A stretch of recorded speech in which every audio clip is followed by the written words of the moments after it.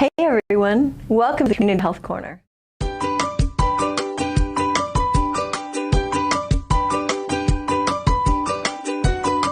I'm Lacey. And I'm Ursula. It's officially summer and boy are we feeling it. Oh. Because our lives need to continue regardless of how hot it is outside, we've got some great segments this month about making your life easier and healthier. To start, we look at ways to streamline your grocery trips and grocery budget. Yes, so I know that I have a hard time thinking about even going to the grocery store without a list and a meal plan for the week. We're also going to discuss some low to no sugar drinks that will keep us hydrated and happy in this heat. And finally, we have a super easy and low prep dinner and a delicious infused water that we'll show you how to make. Sounds Let's exciting. get started. Yeah, sounds fun. On the healthcare front, this month is HPV Awareness Month, and we'll talk about why this vaccination is so important for all kids, along with dispelling some myths you may have heard about it. So important. Yes. This month, our economic objective is to focus on meal planning and making shopping lists before you go to the grocery store. Sure, this is one of those things that sounds like it's easier said than done, but with so many budget meal plans widely available online, you can build a solid list of interesting, affordable, and tasty meals, all while keeping your wallet happy. As usual, when possible, always make sure the products you are using have reduced sodium content. Over the last several years, I have found that making a weekly calendar of meals is not only a good economic idea, but significantly reduces the stress of getting home from work every night wondering what I should make for dinner. Every Saturday or Sunday, before I go to the grocery store, I make a list of the meals we want to eat that week. Often, I'm able to incorporate items from the freezer that we already have, which is both a cost and time saver. I have a dry erase board on the refrigerator, and once we decide on 5 or 6 dinners, I write them up there in no particular order. It's kind of like having a restaurant menu right at home. This is especially helpful if you have kids who do tons of after-school activities so your cooking time is limited, or you have children who like to help cook. This way you'll have a plan for when the week starts. As you make each dish, just erase it from the board. Now, you've probably heard the saying, never go to the grocery store hungry, and have learned the hard way about why this is such a bad idea. But if you've not experienced this, we're going to cover a few very good reasons here. I know that when I go to the grocery store before I've eaten, I come home with all kinds of things I didn't need. Snacks, items that aren't on my weekly menu, and prepared goodies from the bakery. Not only do these items take up space in your kitchen, pantry, or refrigerator, but they cost you money you perhaps weren't planning to spend. And as we all know, when you're on a tight food budget, every penny counts.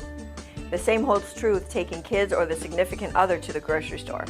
My mom used to say that going to the store on her own was like a small vacation where she didn't spend a ton of extra money, and now I see exactly what she meant. Today, we'll talk about some meal planning strategies that won't have you in the kitchen for hours doing prep, but that will take the stress out of what to make every night. We're also going to go over why having a shopping list that you stick to is so important. Meal planning strategies can be simple or complicated. It's up to you. Here are 5 easy strategies that any busy person will certainly appreciate. 1. Plan ahead. This seems easier said than done, but with just a few minutes devoted to it, you can create a list of meals and snacks that you want to have on hand for the coming week or just a few days. I do my grocery shopping on Saturdays or Sundays, so I begin to think about what my week looks like at work and how many dinners I'll need. 2. Create a recipe collection. This can be on your computer, on your phone, a Pinterest board, or in a recipe book on little note cards. Whatever works best for you is what I want you to use. I get several emails throughout the week that contain recipes, and when I see one that I like, I save it as a bookmark in my recipes tab. Then, when I need a little inspiration, I head there. 3. Make a grocery list. We are going to talk about this more in length in just a moment, but I cannot stress the importance of making a list and sticking to it. Your wallet and your waistline will thank you. 4. Make time. Choose a day out of your week to prepare snacks and go grocery shopping. As I mentioned, mine is on either Saturday or Sunday. Preparing some healthy snacks to keep on hand will make you less likely to impulse buy unhealthier items. Recommended prepped snacks include hummus and pre-chopped vegetables, homemade granola bars or loose granola to go over low-fat yogurt, and of course, fresh fruit. Having these options readily available makes it easy to grab a smart snack. 5. Cook once, eat twice. When I'm making a meal, I try to do prep for a couple of other meals or cook something like rice for more than one meal. I also make more than one meal's worth of something I particularly like so I can have it again for lunch at work. Once you find your rhythm with meal planning, you'll be a pro in no time. Last-minute drive-through meals will be the exception instead of the rule. Happy planning! August's nutrition objective is low-sugar beverages such as water, unsweetened tea, and milk. We're going to discuss why switching to low sugar and even no sugar drinks is such a great idea, and we've got plenty of suggestions. Since it's already getting hot outside, hydration is even more important than ever. Sweetened beverages such as sodas, sweet teas, and juice drinks are full of sugar, which can work to dehydrate you in this summer heat. Instead, we want to arm you with a list of low or no sugar drinks that will keep you hydrated without all the sugary calories. Beginning with iced, unsweet tea. In the South, iced tea is part of everyday life. But did you know that the average amount of sugar in an 8-ounce serving of sweet tea is 22 grams of sugar? Now, imagine being out for a meal and getting 3, 4, or even 5 refills of that tea. The sugar really adds up. Now, no one is telling you anyone has to give up sweet tea, but a good compromise is to instead use artificial sweetener to achieve that sweetness you're used to, or perhaps do half sweet, half unsweet. The next is water with lemon or lime. Nowadays, most everyone has a reusable water bottle. They come in all shapes and sizes and are rugged and really do keep beverages cold. You can add bottled lemon or lime juice or some slices of the fruits to your bottle. Slices of cucumbers also make a very refreshing flavored water.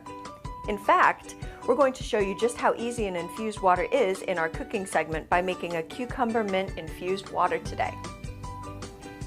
Next up, sparkling water. Now, this is what I drink at home pretty much year-round. I really enjoy the carbonation, so a few years ago we invested in a SodaStream machine. While it is one of my most used small appliances, not everyone has the budget for it. Luckily, there are many different brands of flavored carbonated waters on the market, and most grocery stores offer store brands at a much lower cost than, say, LaCroix or Bubbly. I absolutely use my SodaStream to help me stop drinking sodas, and it worked. Coffee.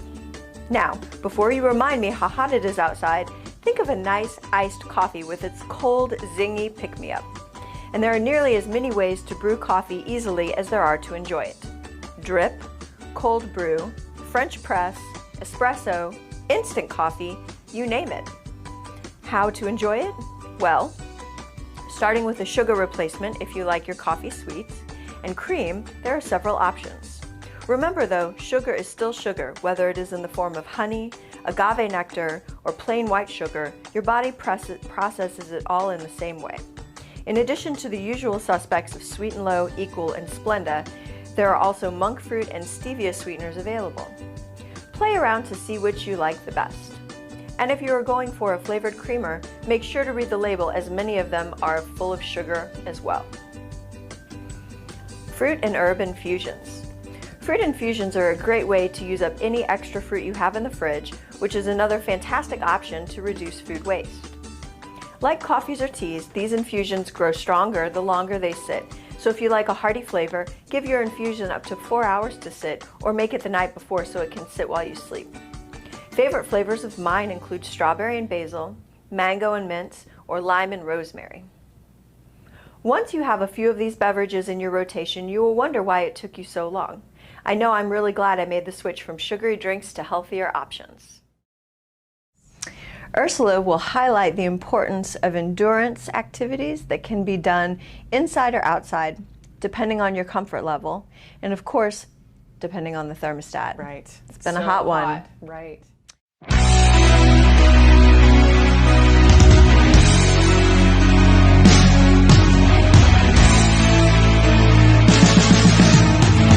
About some ways to improve your endurance.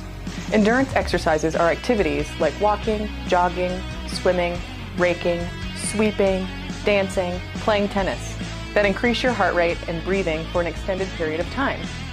They will make it easier for you to walk farther, faster, or uphill.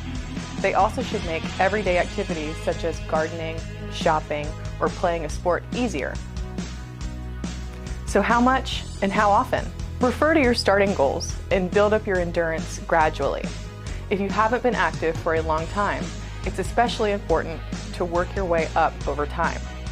It may take a while to go from a long-standing inactive lifestyle to doing some of the activities in this section. For example, start out with 5 or 10 minutes at a time, and then build up to at least 30 minutes of moderate intensity endurance activity. Doing less than 10 minutes at a time won't give you the desired heart and lung benefits. Try to build up to at least 30 minutes of moderate intensity endurance activity on most or all days of the week. Every day is best. Remember though, these are goals, not rules. Some people will be able to do more. Step counters can help you keep track of your endurance activity, set goals, and measure progress.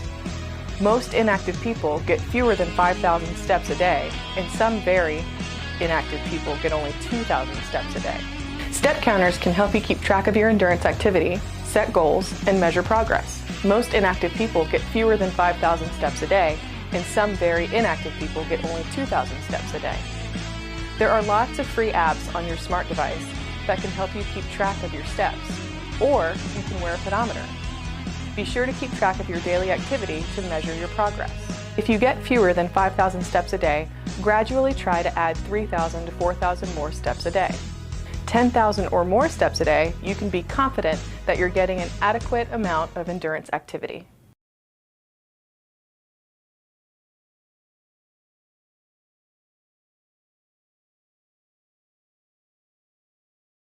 Welcome to Community Health Corner Kitchen. Today we're going to make refried black bean quesadillas. They're super easy and a great meal on a busy night, paired with a small salad or maybe just some chips and salsa. It's a great dinner. Let's get started. So we've got our refried beans. We've put them in a bowl here. We opted for the low sodium black beans. We have about 3/4 of a cup of salsa.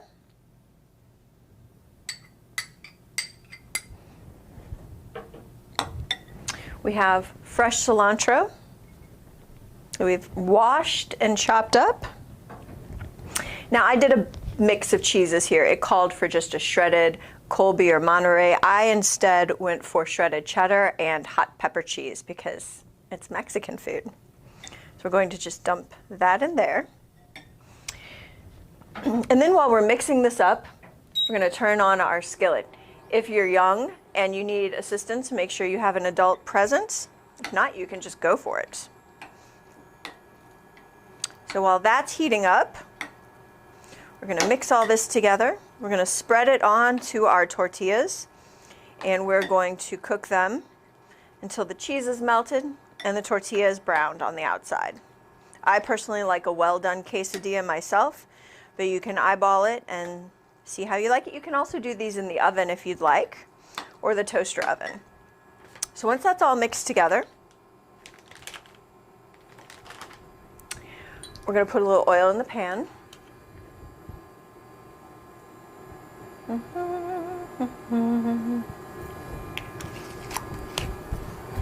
We're going to take our quesadilla mix. We're going to put it on half of the tortilla. You want to spread it about to the edge, but not all the way. And using washed hands, you're going to fold it over, press it down a little bit. You're going to put it in the pan. We're going to repeat it with the second one, and then we're just going to let them cook. This induction burner is on about medium heat, which would be probably a 6 if you're doing an electric burner. Again, just give it a little pat. Just set it in there just like that.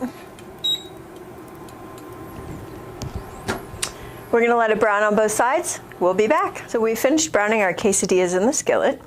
We're going to cut them in half and serve them with a little bit of low-fat sour cream and some extra cilantro. This is a great lunch or dinner all on its own. You could also pair it with a side salad, some beans and rice, or perhaps a vegetable. Either way, it's great as a meatless option. You could also add some chicken or some shrimp to it for some extra protein, but it's really versatile and it's super tasty.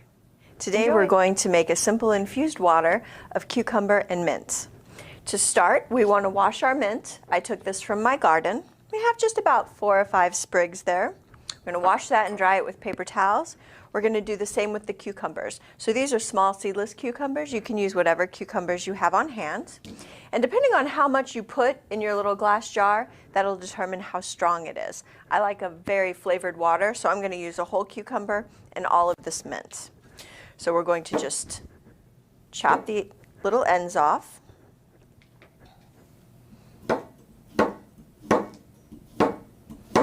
We're going to slice up the whole cucumber. We're going to put that into the jar that you have also washed. And then we're going to take our washed mint. You don't have to chop this up. You can leave it whole like this, but an old bartending trick that I learned is if you give it a good smack a couple of times, it's going to release a lot of those oils. So you're going to do that with, I think, 2 of these. Drop those right in there. If you like a minty water, you can use more. Then we're going to pour our water in. And that is it. So you will put this in the refrigerator for anywhere from an hour to 4 hours. If you like it very, very flavored like I do, you can put it in overnight. Make sure your lid is tight fitting. And here you have your infused water. You can do this with mango, you can do this with berries, you can do this with lime, lemon, watermelon, whatever you'd like. Just pick your flavors and enjoy. It's a great way to stay hydrated throughout the summer. So let's talk about HPV. All right, here we go. Did you know that 14 million Americans, including teenagers, become infected with HPV each year? And while most infections go away on their own, HPV infections that don't clear up on their own can cause certain types of cancers later in life. These cancers include vaginal, cervical, vulvar cancers in women, penile cancers in men, and cancers of the anus and back of the throat in men and women. In fact, HPV is estimated to cause nearly 36,000 cases of cancer in men and women every year in the United States. Now, the good news is that there is a vaccine that can prevent this. The HPV vaccination can prevent more than 32,000 of these cancers from ever developing by preventing the infections that cause these cancers in the first place. That's the same as the average attendance for a baseball game. That's a lot of people. That is a lot. Most children only need 2 doses of the HPV vaccine when vaccinated before the age of 15 years. You can take advantage of any visit to your child's doctor to get recommended vaccines for your child, including sports physicals, annual checkups, or when getting other vaccinations such as an annual flu shot. While your pediatrician can answer your questions regarding the HPV vaccine, we wanted to dispel some myths here for you. Here we go. Here we go. Myth: HPV vaccination is not safe. Fact: it is safe and contributes to no serious health issues. Like any vaccine or medicine, it may cause mild reactions, but all are temporary and include pain or redness at the site of injection, mild nausea, or headache. The HPV vaccine is highly monitored by the Food and Drug Administration. Okay, here's another one. Myth: HPV vaccination can lead to infertility. Fact: claims of HPV vaccine-induced infertility are anecdotal at best and not backed by research or clinical trials. In fact, the HPV vaccine can actually help protect fertility by preventing gynecological problems related to the treatment of cervical cancer. Okay, here we go. Myth: getting the HPV vaccine will encourage adolescents to be more sexually promiscuous. Fact: there is no research that links the HPV vaccine to increases in sexual activity. There's also no evidence that giving the HPV vaccine is linked with higher sexual activity. A recent article reviewing studies of over 500,000 individuals revealed that there is no increase in sexual activity after the HPV vaccination. Vaccinated participants actually engaged in safer sexual practices than unvaccinated participants. So take this opportunity to speak to your child's pediatrician about upcoming vaccines and find out how you can help prevent HPV. What a great way to turn down the summer heat. Sparkling water and fruit fusion drinks are refreshing and a healthy way to stay hydrated without all that added sugar. Absolutely. Planning ahead and using your recipe collection is a sure way to make grocery shopping easier and cost-effective. I am guilty of hungry shopping, so I try to avoid the store on an empty stomach. Having a meal plan also keeps the stress down when deciding what to make for dinner during the week. Yes. We also covered the importance of the HPV vaccination. We also covered the importance of the HPV vaccination, myths about the vaccine, and how it can prevent cancer in both men and women. Remember to talk to your child's pediatrician to answer any questions or concerns you have about the vaccine. Also, don't forget to gradually increase your endurance activities to reach your goals and live a more active lifestyle. Being active can lead you down the path of a healthier, happier lifestyle. Remember, they're goals, not rules. Keeping track of your steps is easy with a pedometer or your smartphone. There are all kinds of free apps for your smartphone or device. So thanks for joining us today at the Community Health Corner. Follow us on Facebook and Instagram to find more tips on healthy living. We'll see you next month. Bye-bye. Bye.